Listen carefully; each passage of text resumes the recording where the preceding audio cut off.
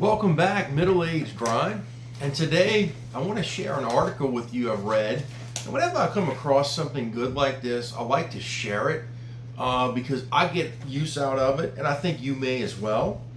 And the title of the article is People Who Achieve More in Their 60s and Beyond Than Ever Did in Their Youth Usually Practice 8 Daily Habits. And the author is Lachian Brown, Lachian. Brown is the name, and it's from the Small Business Bonfire. And I'm going to go over this and share my thoughts, and maybe it's something that can help you out. Number one, lifelong learning. Someone who realizes, I remember my grandpa always saying this, you learn something new every day. And I believe that's true when you're 90 or you're a little kid. Lifelong learning, and I've mentioned this before, but guys, what I love about YouTube is that if you want to figure something out, you pretty much can watch a video and at least get a better understanding on how to do things. So number one is lifelong learning. Number two, healthy living. I think tobacco is a big no-no. That's been proven several times over. Limited alcohol, I think in moderation is probably okay, but daily drinking and stuff, that's probably not a good thing. And just trying to eat better. I try to focus now and eating some whole like fruits and vegetables every day. I really like blueberries, and every night I just take a small scoop, put them in some yogurt or something. Just try to do something to eat some good, healthy food. Number three, embracing failure. And I think we all can learn from this. I think the education system is kind of based on the antithesis of this, meaning that we should, reward people progressing. And you're not going to always get everything right. And two things from this. What can I learn from an experience that I failed at? And how can I use this experience to grow? And that's anything in life, I believe. Number four, prioritizing me time. And this could be little things. One of the things that I tend to do, usually, on a Saturday morning, just going out and sitting in the backyard, now that my yard's almost back to what it should be in my shed, and really just kind of a little sanctuary. Early Saturday morning, getting my cup of coffee at the racetrack, and then coming in and just chilling out in the backyard, and that's just something I like doing once a week. Number five, building strong relationships. It's nice to have a lot of friends, but I think it's good that you have a small, quote unquote, board of directors, 4 or 5 people in your life, that when you got something big, you pick up that phone, you give them a call, and they're, number one, they're there, and number two, you can bounce ideas off of those people. And I have a few of those people in my life, and I think it's good to do that. And when you have those strong, there's a few people in my life, guys. They know and I know at 2 o'clock in the morning, I'm answering the phone. I'll be there, and they'll be there for me. And I think that's just being selfless and being there for people. It's a two-way street. Number 6, taking action. Sometimes, indecision can be our worst enemy. I took action a long time ago, at 24. I wanted to be a State Farm agent, and in Louisiana at that time, it was 2005, 2006. It was very unstable after Katrina, the whole state. And a manager told me, I was working for an agent at the time, wanted to be an agent, and basically said, if you want to be an agent, you better go out of state because it's going to be several years before you can have an opportunity here. And I did that. And overall, I think it worked out well. I went to Oklahoma. My wife came with me. Our first child was born there. It was a bold move, but I think set me up, long term, we actually got back 5 years later to Louisiana, closer to family, and I think that was good. And sometimes, if you think you need to make a move or whatever, just do it. Just do it. Number 7, cultivating positivity.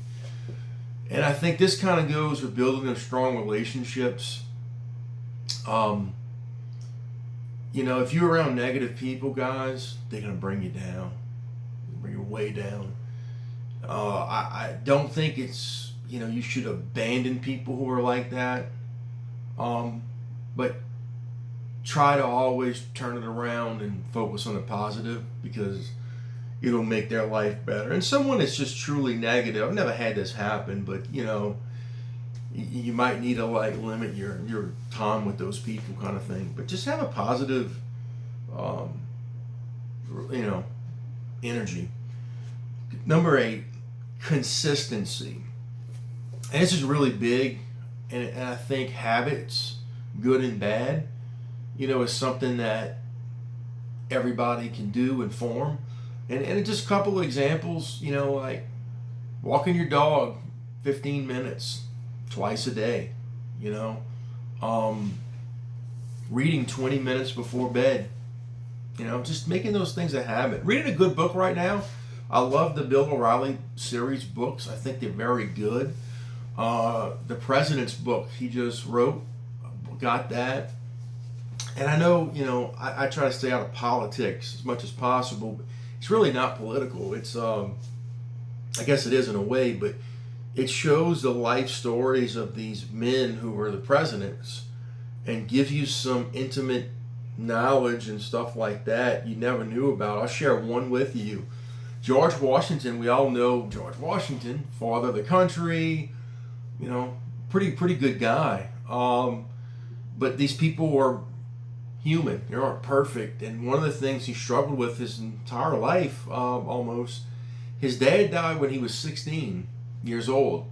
And he was the oldest child. And his dad willed the plantation to him, not his wife, George Washington's mom. And George Washington really didn't want to run it, and he went do his thing and joined the army and kind of been an adventurer. And his mom ran it, and he paid his mom. And throughout the Revolutionary War, and she was complaining that she was just poor and her son was taking advantage of her and not paying her enough. She wrote every newspaper and really drove him nuts. And their relationship was never great because of that. And when she passed away, he did not attend her funeral, nor did he pay for her headstone. True story. I was blown away. Looked it up. All true. Never heard that. You always hear, George Washington never told a lie and great father of the country, which, some of those things may be true, but it shows the human side of people, and we're all flawed. And, very interesting. So check that out. I'm just kind of starting that book, and I'm reading this to my kids, and they're getting a kick out of that. Another thing, too, I'll just mention this now, and, what's going on right now, election, and this is how I kind of feel about politics as I grow older, and news. Notice in these lists I read, none of them say watching the news, following politics, and believe. Look, guys, I think, we all have our feelings, and we're going to vote for who we're going to vote for. And I vote, that's part of our constitutional right. But I don't get bogged down in the politics. I don't watch much of the news. Kind of know what's going on. I think the news is meant to divide us, to make us angry, and to accentuate stuff in people that it's not real. What I mean by that is, if you sit down with a person and talk to them for 5 or 10 minutes, I think it's hard to be a racist, or I think it's hard to hate people, right? And generally, the interactions what I have with people every day, whether it be customers or just people at the store, all races, all people are good. Most people are good, and you know, I think it's important that you find the good in people. Don't let politics divide you. It is what it is. Whatever happens, whatever election day is, I don't know if it's the 5th of November or something, I promise you on the 6th, the sun will come up, regardless of what happens, right? And if one person wins over the other, life may be better, life may be a little worse. It won't be that much different, and we'll figure it out, you know. But don't let that, you know, I know someone say, oh, you don't watch the news, or you don't know what's going on. Maybe, you know, but I don't need that hate in my life. I don't need that that kind of stuff. There's a Weather Channel app, you know. There's YouTube. You can find what you want to find. You know, and that's just kind of, I tend to focus on stuff that I can control, like all these habits that I just mentioned, these 8, you know, habits. And politics is not one of them. You can vote, but, you know, not, like playing the lottery, you know. And don't let that divide you. Just go and do your thing and enjoy people and love life, because at the end of the day, 100 years from now, is any of that going to matter? Nope. I think it's going to be how you lived your life and how you dealt with people and just kind of person you are. So I wanted to share that with you today. I'll give you an update. Shed project is going really well. Brickers finished this weekend. I have power. I'll share that, and hopefully finishing touches this weekend, maybe some landscaping, and I'm going to be done. And good news with that is pretty much had right amount of money that was given, that was needed for these repairs. So, and stuff costs way more than it did 5 years ago when I did this, but all positive stuff there. And looking forward to get back. You know, it's going to be 2 months on the 11th that happened, and I just feel like since that happened, life's been a little bit more hectic, a little bit more stressful. Of course, it happened in August, the hottest part of the year, and cleaning up and working and sweat equity that my wife and I and friends and brother-in-law put into this, you know, project. I'm glad to see it's kind of coming to an end, and we can focus on just, you know, getting back to normal, so to speak. Normal grind, middle-aged grind. So with that said, I'll see you real soon on a middle-aged grind.